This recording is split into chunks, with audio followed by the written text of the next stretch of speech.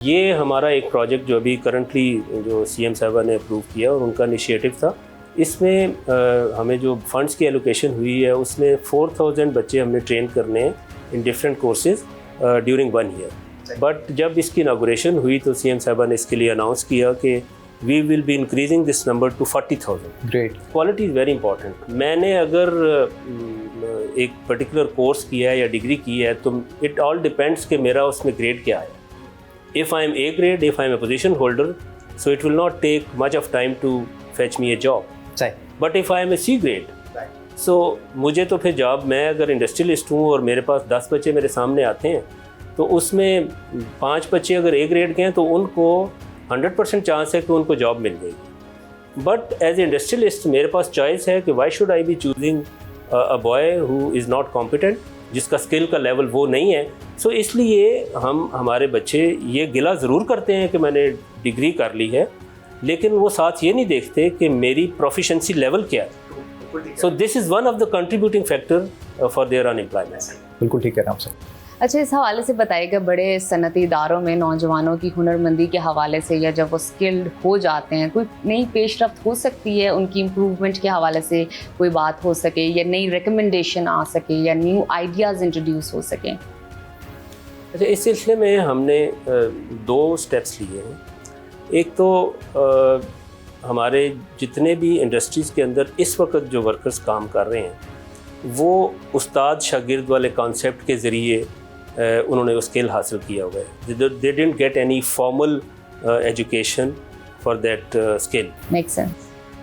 Where as अभी जो दुनिया जिस तरफ जा रही है, अभी सर्टिफिकेशन का दौर है, तो हमने एक कॉन्सेप्ट ये इंट्रोड्यूस की है, RPL उसका अब्रीविएशन है, रिकग्निशन ऑफ प्रायर लर्निंग।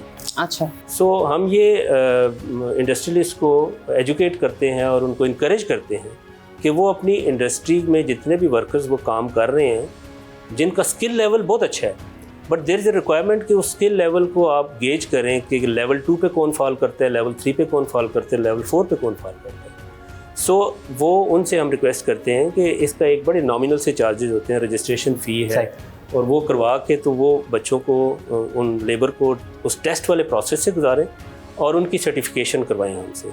सो एक तो ये इंडस्ट्रियलिस्ट के पास जो एग्जिस्टिंग लेबर है। दूसरा, हमारे पास जो हमारी इंडस्ट्रीज़ के, हमारे जो इंस्टीट्यूट्स के अंदर जो हमारे टीचर्स हैं उनकी इंडस्ट्रियल फ्लोर के ऊपर ट्रेनिंग का कॉन्सेप्ट पहले कभी भी नहीं था।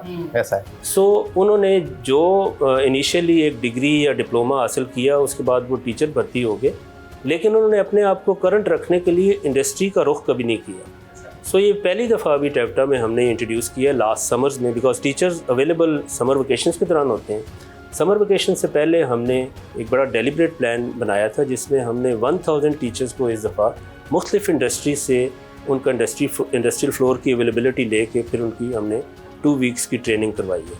तो डिफरेंट ग्रुप्स हमने बनाए थे जो अभी तक चल रही है और इंशाल्लाह अगले हफ्ते ख़त्म हो। सर, IT का दौर है, AI का दौर है, डिजिटल मार्केटिंग का दौर है, चैट GPT अब तो आ चुका है। सर, मुस्तकबिल करीब में हम देखते हैं कि इस तरह के शॉर्ट टर्म कोर्सेज या इनमें भी कुछ डिप्लोमास करवाए जाएंगे?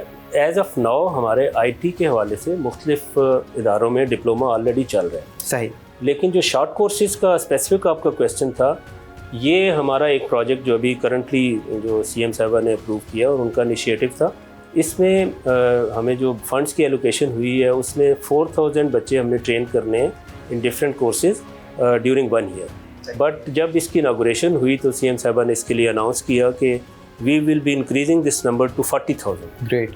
तो अभी ये हमारा ये पायलट प्रोजेक्ट है पहले साल का। इसमें वी आर ऑल्सो लर्निंग कि हमने एलिजिबिलिटी क्राइटेरिया क्या रखा था, कौन कौन से कोर्सेज चूज़ किए हैं, मार्केट की डिमांड क्या है। तो साथ हम एक साल कंप्लीट होने से पहले हम इसका एक इम्पैक्ट एनालिसिस करेंगे कि जो कोर्सेज हमने चूज़ किए मार्केट में, आर दे स्टिल रेलिवेंट या there is requirement to make some changes. तो अगर तो उसमें चेंजेस रिक्वायर्ड हुई तो जो सब्सीक्वेंट हमने additional number of students train करने हैं तो उसके लिए फिर हम मिड कोर्स करेक्शन अप्लाई करके तो नए कोर्सेज फिर इंट्रोड्यूस करेंगे। इसके अलावा मैं ये मेंशन करना चाहूँगा, हमारे इस वक्त टेप्टा के इंस्टीट्यूट्स के अंदर मोर देन 450 IT लैब्स मौजूद हैं। हमने बिकॉज IT के ऊपर फोकस बहुत ज़्यादा है हमारा, तो इसलिए हमने अपनी एक तमाम इन्वेंट्री बनवाई कि हमारे पास लैब्स के अंदर इक्विपमेंट किस तरह का है। सो मोर देन 50% हमारे कंप्यूटर्स जो थे दे वर i3 एंड बिलो। सो आपने लेटेस्ट कोर्सेज रन करने के लिए आपको मिनिमम i5 कंप्यूटर्स चाहिए। ऐसा है। सो a lot of funding was required. So we just came across a very generous donor. उन्होंने फिर पाकिस्तानी हैं वो, और वो आजकल ही अब्रॉड समवेयर, तो उन्होंने हमें तकरीबन 4,500 के करीब कंप्यूटर i5 डोनेट किए। क्या बात। तो 211 लैब्स हमारी by the end of next month इंशाल्लाह सारी की सारी इक्विप हो जाएंगी, और उसके बाद तमाम 450 लैब्स में मिनिमम i5 कंप्यूटर्स होंगे। बिल्कुल सही सर। जी सर, इस हवाले से बताइएगा, अगर आपने एनालिसिस किया हो कि आपकी सर्टिफिकेशन, ये जो डिग्री है, कोर्सेज जो आप करवाते हैं, कितने वैल्यूएबल हैं इंटरनेशनली, और आपके कितने स्टूडेंट्स बाहर अप्लाई करते हैं और कितने परसेंटेज उनको जॉब मिल जाती है? जहाँ तक हमारे सर्टिफिकेट की वैल्यू है, I think certificate is just nothing. जो बंदा जिसने सर्टिफिकेट पकड़ा होता है ना, उसकी एफिशिएंसी, उसकी competence, that speaks. So certificate की वैल्यू उसकी परफॉर्मेंस के साथ लिंक्ड होती है। तो जैसे मैंने पहले एक सवाल के जवाब में आपको कहा कि I don't feel hesitant to accept कि हमारा क्वालिटी इतनी अच्छी नहीं है, but we are in the right direction, सही, कि हम क्वालिटी को इम्प्रूव करने के लिए कोशिश कर रहे हैं। बिल्कुल ठीक। सो स्टेज वुड कम कि यही हमारा सर्टिफिकेट जो है, इसकी वैल्यू जो है वो हो जाएगी जो हम एक्सपेक्ट कर रहे हैं। बिल्कुल ठीक। जैसा कि अभी आपने फरमाया कि कुछ चीज़ें हैं जिसको मज़ीद इम्प्रूव करने की ज़रूरत है, क्योंकि हर इंस्टीट्यूट में गुंजाइश होती है इम्प्रूवमेंट की, बेहतरी की, आगे जाने की। आप क्या समझते हैं इस इंस्टीट्यूट में किन चीज़ों पर मज़ीद नज़र रखने की ज़रूरत है, उसको इम्प्रूव करने की ज़रूरत है? ब्रीफली जी, क्वालिटी को इम्प्रूव करने के लिए there are 4 fundamental things. The first thing is कि आपका जो कोर्स आप पढ़ा रहे हैं उसका करिकुलम वो कितना रेलेवेंट है, उसका जो उसमें सब्जेक्ट्स आपने इंक्लूड किए हुए हैं। तो हमारे जो करिकुलम्स थे वो भी इतने अपडेटेड नहीं थे। So we have already started a process, और फेज़ प्रोग्राम के तहत हम उनकी करिकुलम अपडेशन कर रहे हैं। बिल्कुल ठीक। सेकेंड थिंग इज़ टीचर्स की ट्रेनिंग। तो जैसे मैंने आपको पहले बताया कि वो टीचर्स की ट्रेनिंग हमने पिछले समर वेकेशंस में 2 तरह की ट्रेनिंग उनकी करवाई है। एक टीचिंग स्किल्स के हवाले से, और दूसरा पर्टिकुलर जो स्किल का नॉलेज है उसको हमने इंडस्ट्रियल फ्लोर पे उनकी ट्रेनिंग कंडक्ट करवाई, फील्ड वर्क उनका इम्प्रूव किया। थर्ड थिंग इज़ आपका जो लैब के अंदर जो इक्विपमेंट है, तो लैब्स को अभी हमने कुछ हद तक अपग्रेड किया है, बट वो दैट्स ए कंटिन्यूस प्रोसेस। उसमें हमारे पास एक आइडिया ये है कि अभी दुनिया में भी ऐसे चल रहा है कि अगर आपको एक लैब के अंदर 100 मशीन्स चाहिए तो 100 की 100 आप परचेज नहीं करते, because that's not an economical option. So उसकी रिप्लेसमेंट डिजिटल कंटेंट्स आ गए। तो अभी we are in the process of acquiring digital contents for certain specialities. तो वो डिजिटल कंटेंट्स भी आ जाएंगे, तो फिर हमें अपनी लैब्स की 100% मशीनरी की रिक्वायरमेंट नहीं होगी। और आखिरी चीज़ जो चौथी है, विच इज़ वेरी इंपॉर्टेंट, वो है कि जब हमारी चूँकि ट्रेनिंग में 80% प्रैक्टिकल एंड 20% इज़ थ्योरी।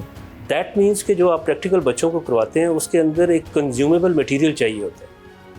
जितनी बच्चा रेपिटेशन ज़्यादा करेगा अपने प्रैक्टिकल की, उतना उसका स्किल का लेवल इम्प्रूव होगा।